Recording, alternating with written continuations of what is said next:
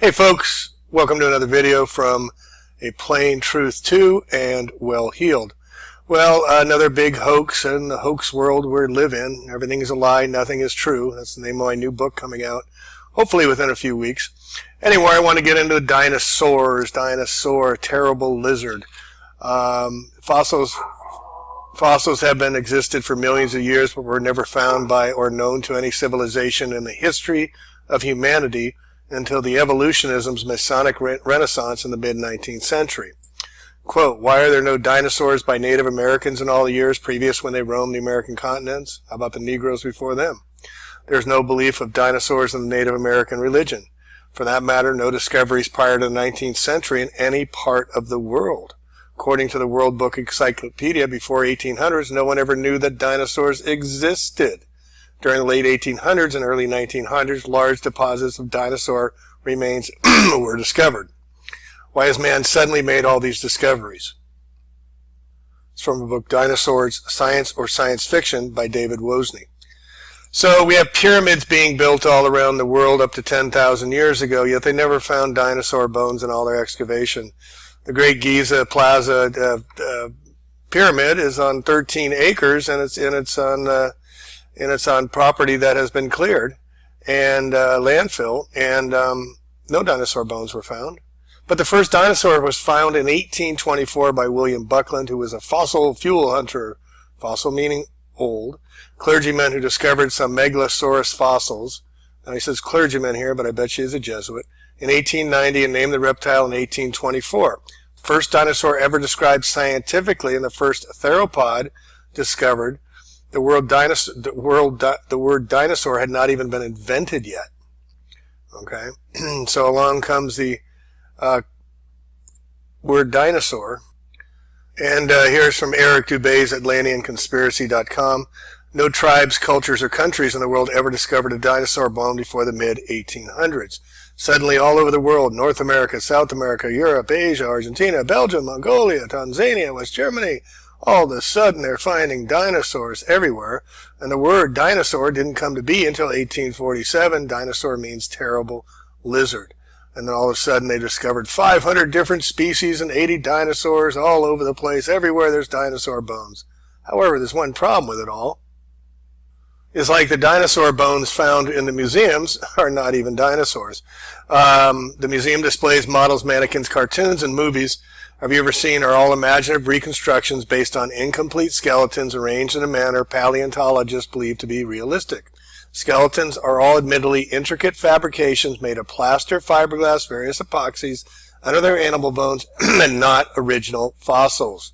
Dinosaurs found in museums are admittedly carefully prepared fakes. Another problem with dinosaurs is their unnatural structure dynamics. I mean, look at T-Rex, folks. How's he going to run? How's he going to get food with those little paws he's got in the front?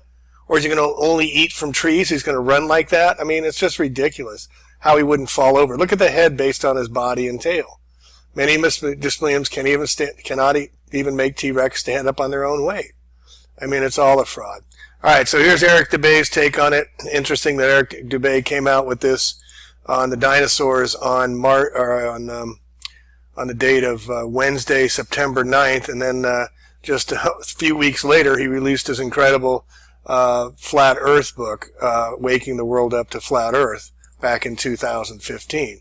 And then he had many other major disclosures, like nuclear doesn't exist and all other things, all in the same period of time. So you have to question Mr. Dubé, but he does do good research because he's got the J's backing him up.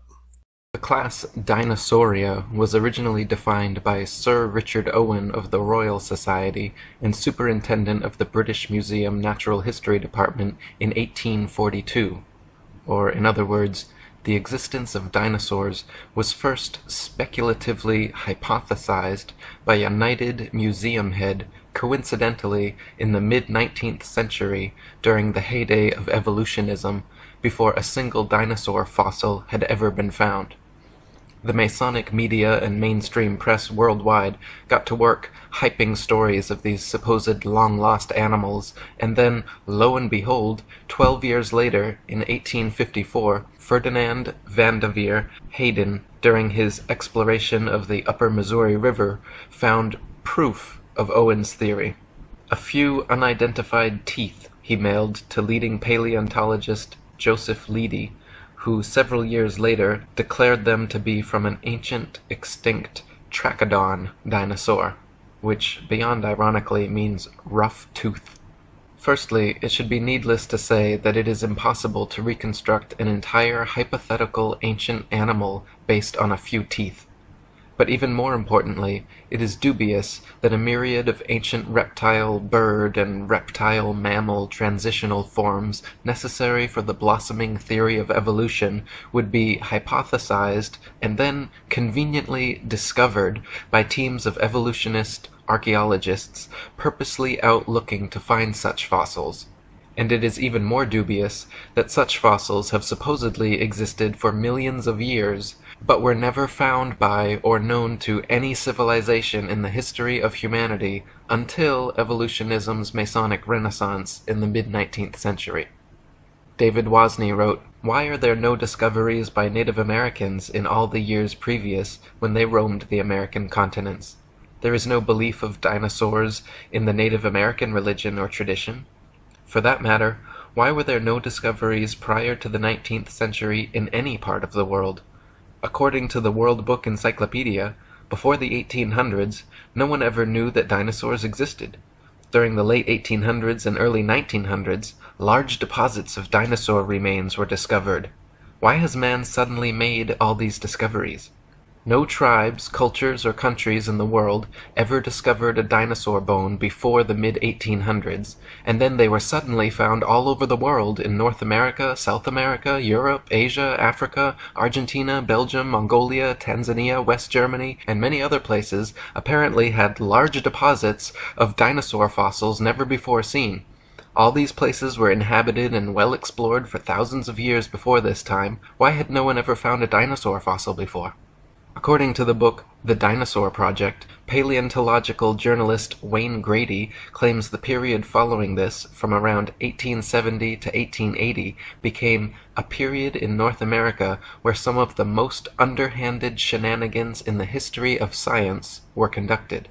In what was known as the Great Dinosaur Rush, or the Bone Wars, Edward Drinker Cope of the Academy of Natural Sciences and Othniel Marsh of the Peabody Museum of Natural History began a lifelong rivalry and passion for dinosaur hunting. They started out as friends, but became bitter enemies during a legendary feud involving double-crossing, slander, bribery, theft, spying, and destruction of bones by both parties.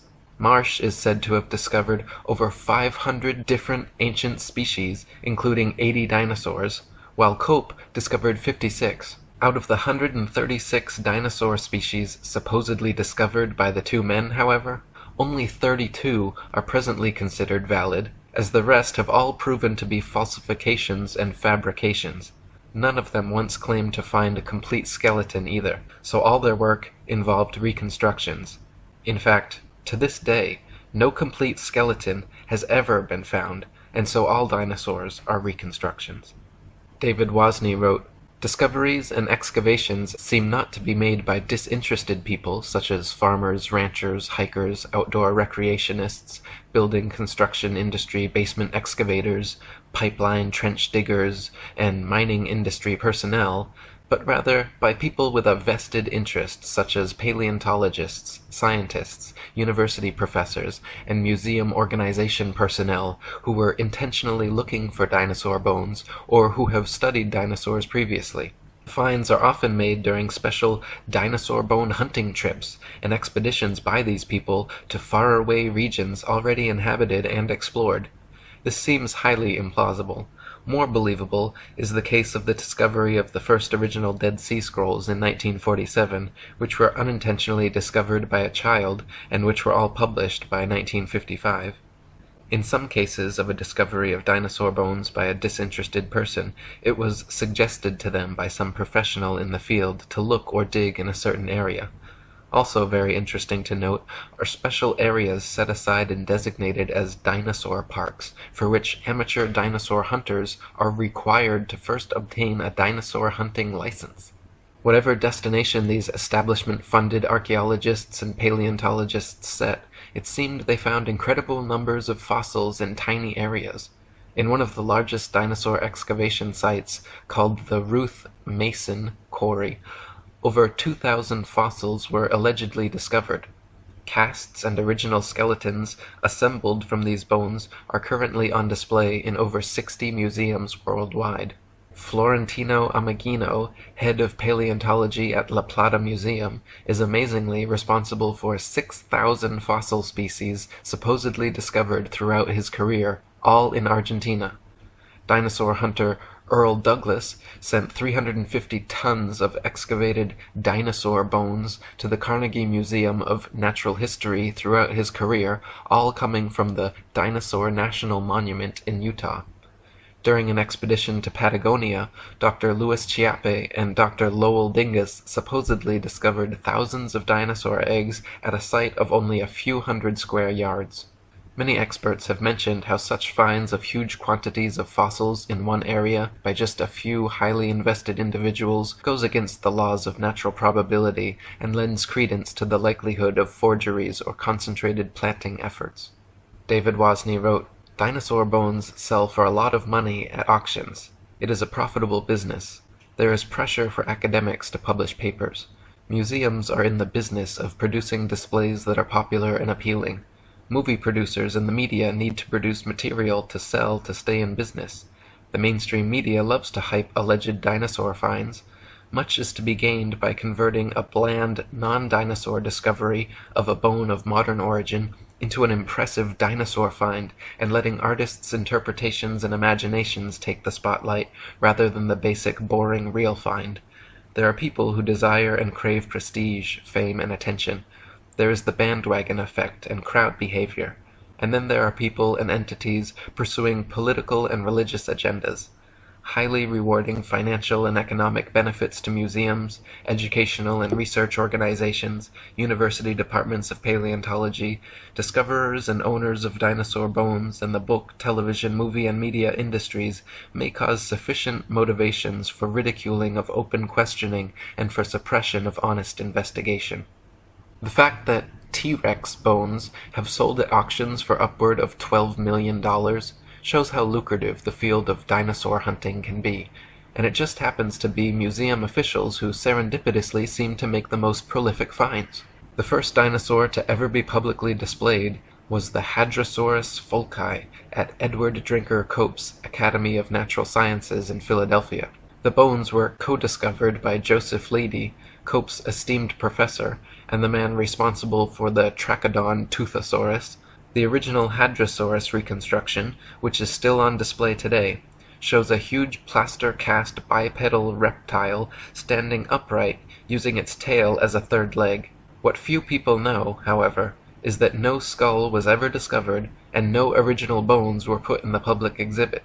David Wozni wrote, "A visual and a sculptural artist were promptly hired to invent a skull, and from the illustrations of another artist, who had depicted the iguanodon, the two artists drew the same face for the Hadrosaurus folci. The people involved could now technically defend the existence of this dinosaur if someone were to ask. The stunt worked out so well and fooled the public so thoroughly that they could later change the head of the creature without anyone noticing. To this day, Hadrosaurus folci is on display at the Academy of Natural Sciences in Philadelphia. The bones are said to be kept behind heavy closed doors, but a plaster copy is exhibited in their place. So we learn of an iguana skull being substituted for the skull of a dinosaur on display. What was the public told at the time? What are we not being told today? What we are not being told is that this is the rule and not the exception. To this day, not a single complete skeleton of any dinosaur has ever been found. All the museum displays, models, mannequins, cartoons, and movies of prehistoric monsters you have ever seen are all imaginative reconstructions based on incomplete skeletons arranged in a manner paleontologists believe to be most realistic. Furthermore, the skeletons exhibited in museums are all admittedly intricate fabrications made of plaster, fiberglass, various epoxies, and other animal bones, not original fossils. When dinosaur bones are transported and prepared, they use strips of burlap soaked in plaster to jacket over the fossils. Then, after applying a tissue separator to keep the plaster from direct contact with the bone, the soaked burlap strips are laid on until it is totally encased in a protective, mummy-like coating ready for safe transport. In an article titled, "A Fossil's Trail from Excavation to Exhibit," one insider remarked that, "Through mold making and casting, we can totally fabricate limbs, ribs, vertebrae, etc. for the missing pieces of an articulated skeletal mount." Plaster, fiberglass, and epoxies are often and commonly used. In reconstruction work on single bones, small to large cracks can be filled in with mache or plaster mixed with dextrin, a starch that imparts an adhesive quality and extra hardness to regular molding plaster. We've also had success using epoxy putties. Large missing fragments can be sculpted directly in place with these same materials. In other words, museum personnel work with plaster and other materials to transport and fabricate skeletons and missing or incomplete bones all the time. In fact, the huge dinosaur bone displays found in museums across the world are admittedly carefully prepared fakes. No independent researcher has ever examined a real dinosaur. They claim all the actual fossils are kept in high-security storage, but only a select few paleontologists are ever allowed to examine them, so the ability to ascertain their authenticity is kept from the general public. Robin Kofod wrote, "Most people believe that dinosaur skeletons displayed in museums consist of real dinosaur bones. This is not the case. The real bones are incarcerated in thick vaults to which only a select few highly placed researchers hold a key, which means that no independent researcher has ever handled a Tyrannosaurus rex bone. When people unaffiliated with the paleontological establishment attempt to gain access in order to study these dinosaur bones, they are met with refusal upon refusal. Only around 2,100 dinosaur bone sets have been discovered worldwide, and out of these, only 15 incomplete Tyrannosaurus rex bone sets have been found. These dinosaur bone sets have never formed a complete skeleton, but from these incomplete bone sets, paleontologists have constructed a hypothesis about the appearance of the whole skeleton, which they have modeled in plastic. If thousands of long necks and large carnivorous reptiles had really roamed the earth, we wouldn't only have found 2,100 dinosaur bone sets, but millions of bones, with ordinary people tripping over them when digging in their vegetable patches." David Wozni wrote, "When children go to a dinosaur museum, are the displays they see displays of science, or displays of art and science fiction? Are we being deceived and brainwashed at an early age into believing a dinosaur myth? Deep, probing questions need to be asked of the entire dinosaur business. There may have been an ongoing effort since the earliest dinosaur discoveries to plant, mix, and match bones of various animals, such as crocodiles, alligators, iguanas, giraffes, elephants, cattle, kangaroos, ostriches, emus, dolphins, whales, rhinoceroses, etc., to construct and create a new man-made concept, prehistoric animal called the dinosaur. Where bones from existing animals are not satisfactory for deception purposes, plaster substitutes may be manufactured and used. Some materials similar or superior to plasticine clay or plaster of Paris would be suitable. Molds may also be employed. What would be the motivation for such a deceptive endeavor? Obvious motivations include trying to prove evolution, trying to disprove or cast doubt on the Bible and the existence of a God, and trying to disprove the young Earth theory. The dinosaur concept implies that if God exists, he tinkered with his idea of dinosaurs for a while, then probably discarded or became tired of this creation, and then went on to create man. The presented dinosaur historical timeline suggests an imperfect God who came up with the idea of man as an afterthought, thus demoting the biblical idea that God created man in his own image. Type dinosaur skulls into a search engine, and you will find a variety of replicas, tailor-made dinosaurs, and museum-quality skeletons. One of the largest and most renowned suppliers of fake dinosaurs is the Zigong Dino Ocean Art Company in Sichuan, China, which provides natural history museums worldwide with ultra-realistic dinosaur skeletons made from real bones. Chicken, frog, dog, cat, Horse and pig's bones are melted down, mixed with glue, resin, and plaster, then used as base material for recasting as dinosaur bones. They are even given intentional fractures and an antiquated, fossilized look to achieve the right effect. Their website boasts, "Over 62% of our output goes to American and European markets, which means we will understand and are familiar with the intricacies and regulation of exporting to these regions. Since we are a partner of dinosaur museums, all products are made under the guidance of experts of the Chinese Academy of Sciences. We have gained a global sales network reaching the USA, Brazil, France, Poland, Russia, Germany, Saudi Arabia, South Korea, Thailand, Indonesia, exhibited in Peru, Argentina, Vancouver, Cincinnati, Chicago, and other places." As Alan Fiducia, University of North Carolina paleontology professor, wrote, "I have heard there is a fake fossil factory in northeast China, in Liaoning province near the deposits where many of these recent alleged feather dinosaurs were found." Or as David Wozni wrote, "The possibility exists that key dinosaur bones on display have been artificially modified through sculpture and carving. Bone sculpture is not an unknown human activity. Many cultures participate in creating man-made objects out of existing bones, totally unrecognizable from the original shape. Is the dinosaur industry a customer of this sort of business?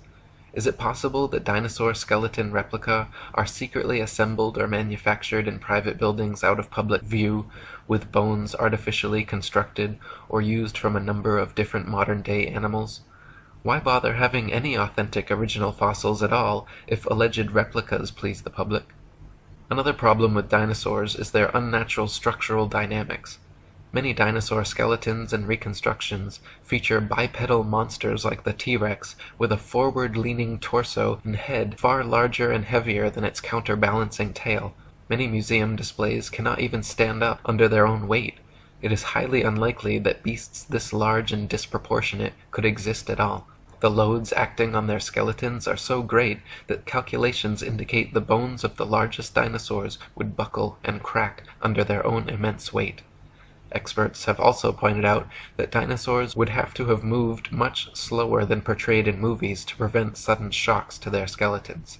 David Wozni wrote, "This idea of slow-moving animals does not agree with the biomechanical analysis of dinosaurs, which indicate that the dinosaurs were agile, active creatures.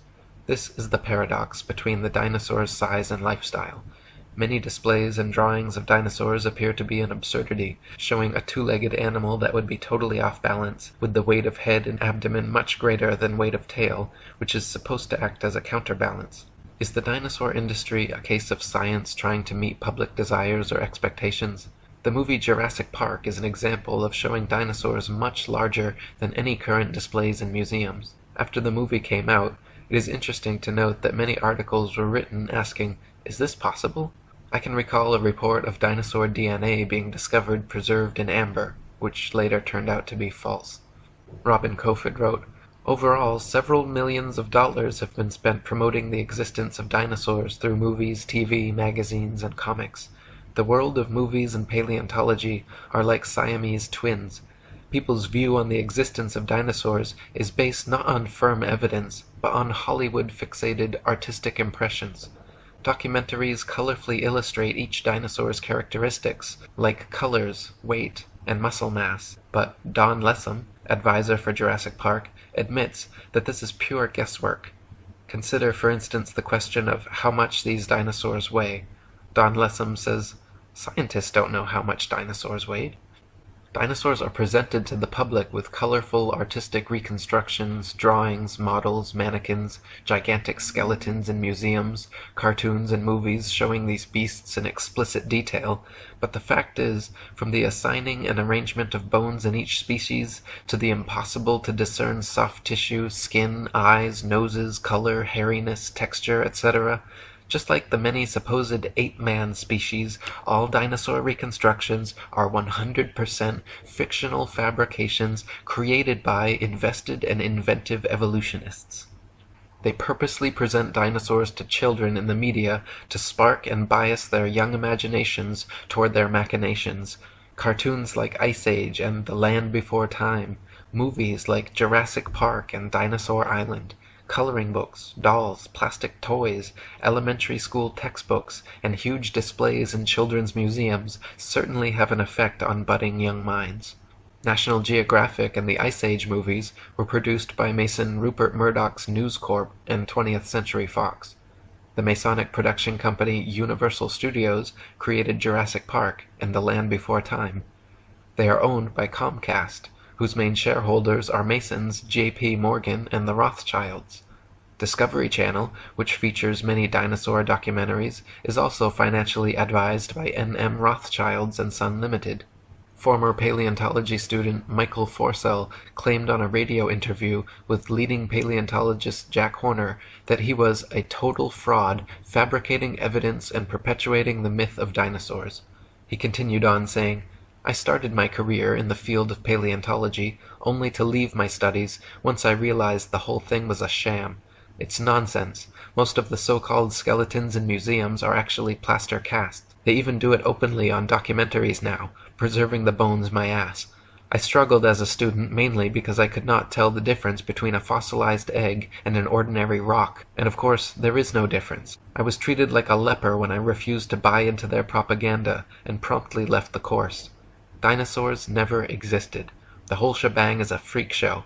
They just grab a couple of old bones and form them into their latest Frankenstein's monster-like exhibit. We are all being fooled, and it's wrong, but together we can stop it." Many claim that since dinosaur fossils have been radiometrically dated to be tens of millions of years old, that their authenticity is thus proven. The fact is, however, that the methods used to date dinosaur fossils involve not measuring the actual fossils, but the rocks near where they are found. Most fossils are found near the surface of the Earth, and if a modern-day animal were to die in the area, paleontologists would be likely to date them the same age.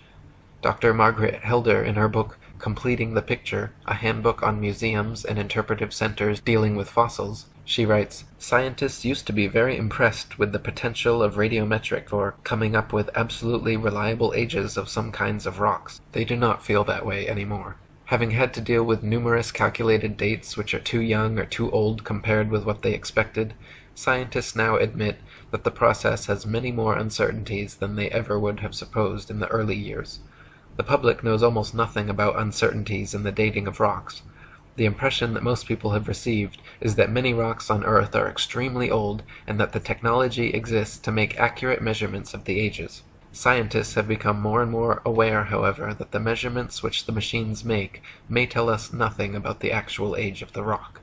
One of the main reasons that evolutionists needed the existence of dinosaurs was to answer the complicated problems present in the theory of evolution, including sea-dwelling animals evolving into land-dwellers, reptiles evolving wings, feathers, flying and becoming birds, as well as other reptiles evolving warm blood, live births, breasts, and becoming mammals, through their imaginary multi-million-year timeline and a variety of supposed transitional dinosaur forms. The paleontological establishment has been promoting various sea dinosaur, reptile/birds, and reptile/mammals to bridge these gaps. Many professionals and experts in the field have disputed such findings as often as they have been presented, however. Dr. Storrs Olson, a Smithsonian Institute scientist, wrote, "The idea of feathered dinosaurs and the theropod origin of birds is being actively promulgated by a cadre of zealous scientists acting in concert with certain editors at Nature and National Geographic, who themselves have become outspoken and highly biased proselytizers of the faith. Truth and careful scientific weighing of evidence have been among the first casualties in their program, which is now fast becoming one of the grander scientific hoaxes of our age. No authentic feathers have ever been found with dinosaur fossils, though a few exposed hoaxes certainly attempted to fake it. Dr. Olson called the adding of feathers to their findings hype, wishful thinking, propaganda, nonsense fantasia, and a hoax. In the 1990s, many fossils with feathers were supposedly discovered in China, suspiciously close to the Zhejiang Dino Ocean Art Company, but when examined, Dr. Timothy Rowe found the so-called Confuciusaurus was an elaborate hoax. He also found the Archaeoraptor, supposedly discovered in the 90s, was composed of bones from 5 different animals. When Dr. Rowe presented his findings to National Geographic, the head scientist reportedly remarked, Well, all of these have been fiddled with. National Geographic then proceeded with their news conferences and media stories about the Archaeoraptor fossils being genuine and having found the missing link in evolution. Robin Kofod wrote, "In 1999, National Geographic magazine was busted when they presented in a colorful and fancily presented article the missing link, an Archaeoraptor dinosaur, which was supposed to support the basic tenet of evolutionary theory that dinosaurs had slowly developed over millions of years. Their proof consisted of a fossil where carefully arranged bone imprints gave the impression of a creature half dinosaur and half bird. The scam was discovered during a CT scan which uncovered unnatural bone links. National Geographic magazine was later forced to admit, when pressured, that the fossil was man-made." Paleontologists claim that Archaeopteryx is another transitional form of bird evolved from dinosaurs, but this theory falls on its face against overwhelming evidence to the contrary. Other species like Confuciusornis, Launingornis, and Eolalavis have all been found to be contemporary with the Archaeopteryx and are indistinguishable from present-day birds. Alan Fiducia from University of North Carolina, one of the most famous ornithologists in the world, stated, "I've studied bird skulls for 25 years, and I don't see any similarities whatsoever. I just don't see it. The theropod origin of birds, in my opinion, will be the greatest embarrassment of paleontology of the 20th century." Larry Martin from the University of Kansas, a paleoornithologist, says, "To tell you the truth, if I had to support the dinosaur origin of birds with those characters, I'd be embarrassed every time I had to get up and talk about it." Even if dinosaurs did evolve into birds to fill their evolution gap, it does not explain how something like the common housefly could have evolved. Flies flap their wings simultaneously 500 times per second.